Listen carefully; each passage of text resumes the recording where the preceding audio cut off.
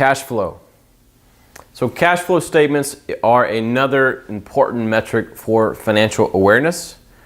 And we've probably heard of cash flow statements in the business world. So the businesses they typically have formal cash flow statements that they post. But I don't find many households that actually use cash flow very regularly.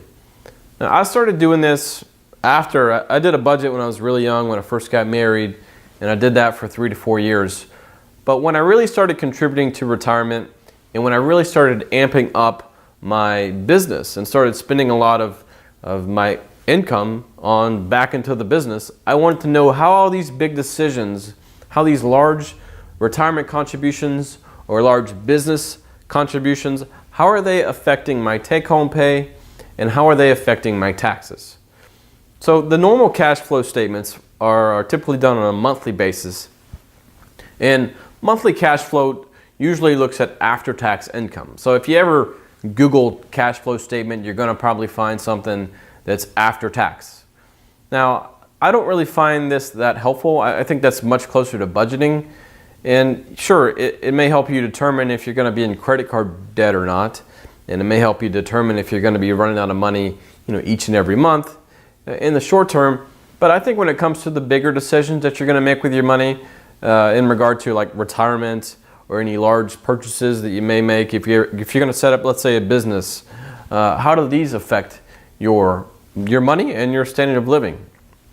So to do that, I've figured that I needed to do what I call an annual cash flow statement. I don't actually find much about this in the Googleverse, but I've kind of developed something myself that makes sense. And that's because if you look at your tax returns, you're doing a lot of stuff and it's coming out pre-tax, and then the other stuff comes out after tax. So I'm like, well, all these decisions, they're kind of made a little bit different than the stuff you make just on the after-tax discretionary income, take-home pay type decisions. For example, let's say you're making $100,000 a year and you contribute 5% to your retirement account.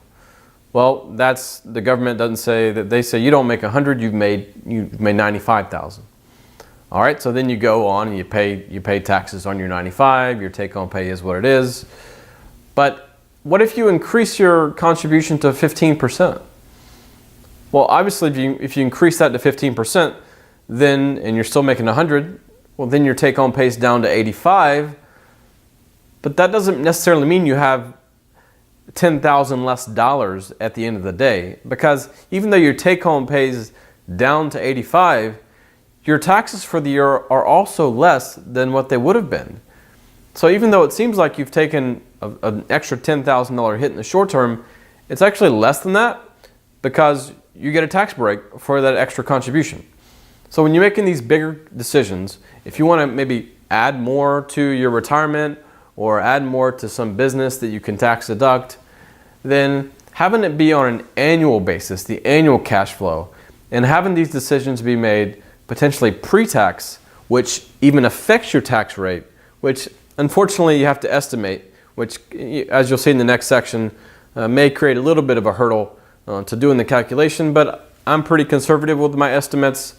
I estimate it way more than it actually is, just to get my mind wrapped around it, because I don't want to be blindsided. But you do have to estimate the taxes, but still. So it helps you make these decisions because it's on a longer term basis. It's pre-tax, which affects the actual tax rates, and the take-home pay ends up being different than what you may think it would have been. But this is just something to me that has given me a bigger sense of financial awareness when I'm preparing for my own retirement for my clients, and when I'm running my own business.